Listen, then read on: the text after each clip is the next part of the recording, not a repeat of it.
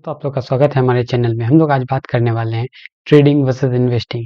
ये सब में क्या फ़र्क होता है और आज हम लोग देखेंगे कि इसमें हम लोग वेल्थ क्रिएशन कैसे प्लान कर सकते हैं और टोटल डिफरेंस जानेंगे। यहाँ हम लोग बात करने वाले हैं फाइनेंशियल एजुकेशन का और प्रो लेवल इनसाइट का, जो कि पूरा प्रोफेशनल की तरह हम लोग देखेंगे कि क्या-क्या हम लोग प्लान कर सकते हैं ट्रेडिंग, इन्वेस्टिंग और वेल्थ क्रिएशन तीनों कैटेगरी के अंदर।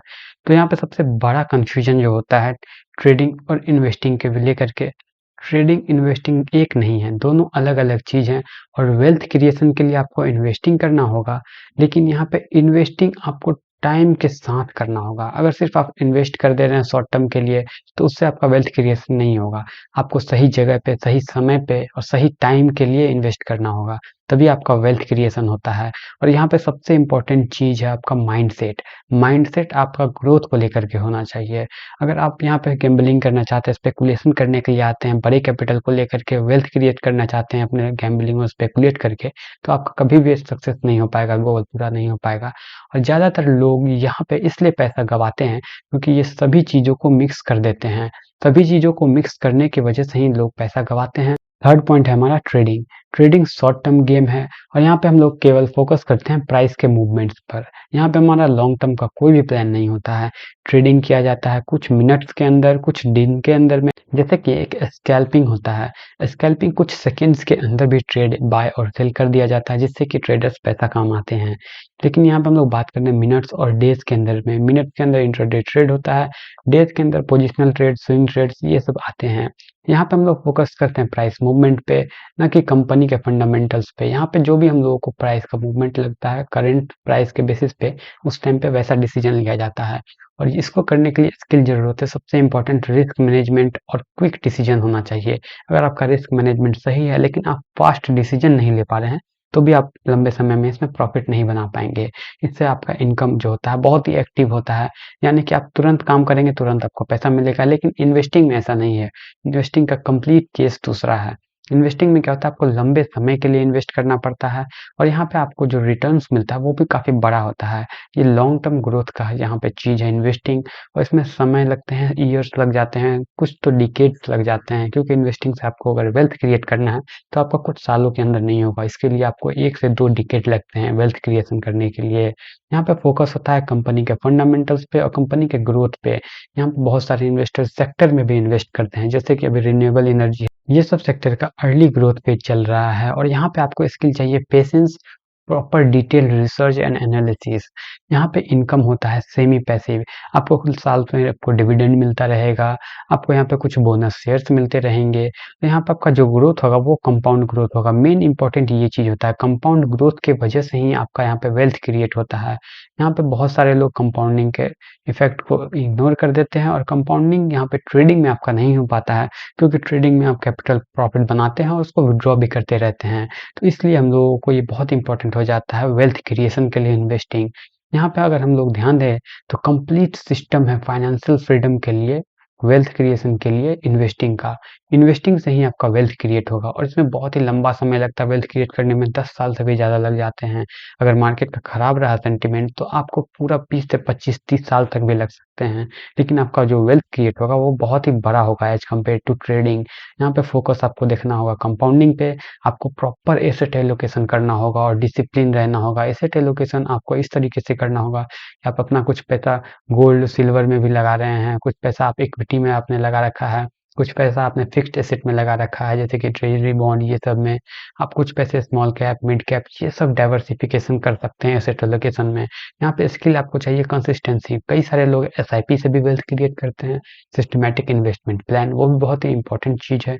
आप अगर आपके पास बड़ा पैसा नहीं है इन्वेस्ट करने के लिए, एक साथ लंप सम अमाउंट आप नहीं इन्वेस्ट कर सकते हैं, तो आप एसआईपी का यूज कर सकते हैं। एसआईपी से भी आप लंबे समय में बहुत ही बड़ा पैसा बना सकते हैं। यहाँ पे आपको सबसे इंपॉर्टेंट चीज़ पेशेंस रखना होगा।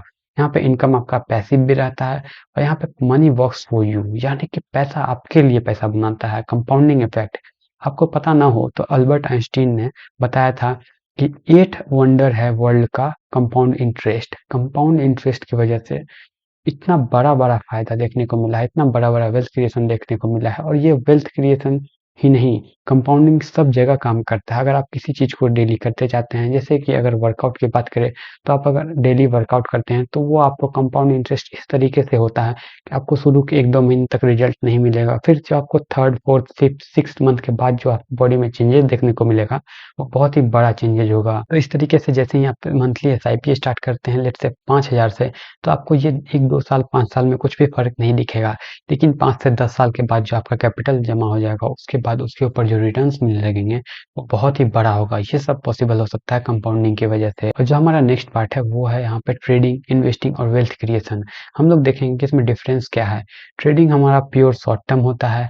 यहाँ पे कैश फ्लो के लिए हम लोग ट्रेड करते हैं, रेगुलर कैश फ्लो जनरेट करने के लिए एक्टिव इनकम होता है। वहीं पर अगर इन्वेस्टिंग की बात करें, तो ये लॉन्ग टर्म होता है, कैपिटल ग्रोथ इसमें होता है हम लोगों को, ये सेमी पैसिव होता है, यानी कि आपको रेगुलर डिविडेंड, बोनस ये सब मिलते रहेंगे, लेकिन यहाँ पर आपका एक्टिव इनकम नहीं होगा। और वेल्थ क्रिएशन बहुत ही लंबे समय का गेम है। वेल्थ क्रिएशन में आपको ध्यान देना होगा कि आपका फाइनेंशियल फ्रीडम आपको मिलने वाला लास्ट में, और यहाँ पे पैसिव इनकम आप लास्ट में SWP भी कर सकते हैं, जिसको कहते हैं सिस्टमेटिक विड्रॉल प्लान। SWP में क्या होता है कि अगर आपका 1 करोड़ का पोर्टफोलियो जमा हो गया है आपके SIP से, तो आप 20 से 25 साल के बाद उसमें से कुछ रेगुलर फिक्स अमाउंट भी विड्रॉ कर सकते हैं, जैसे कि 50,000 to 1 lakh rupees per month withdraw करेंगे, लेकिन आपका 1 करोड़ का कैपिटल वहीं पे वहीं रहेगा, जमा रहेगा। वो भी कंपाउंड के साथ ग्रो होगा और आपको इधर पैसा भी एक इनकम जनरेट हो जाएगा।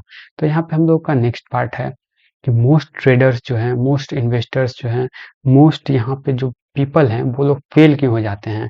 यहाँ पे चाहते हैं कि वेल्थ क्रिएट करे वो लोग ट्रेडिंग से कभी भी बड़ा पैसा नहीं बनता है। ट्रेडिंग में आपको बड़ा पैसा तभी बनेगा जब आपके पास बहुत ही बड़ा पैसा हो, तो आप बड़ा पैसा बना सकते हैं। आपके पास बड़ा पैसा है तो आप अच्छा खासा पैसा बना सकते हैं। लेकिन अगर आपके पास ही कैपिटल ही छोटा है ट्रेडिंग में, तो आपका कैपिटल पे रिटर्न जो मिलेगा वो बहुत ही छोटा हो जाने वाला है।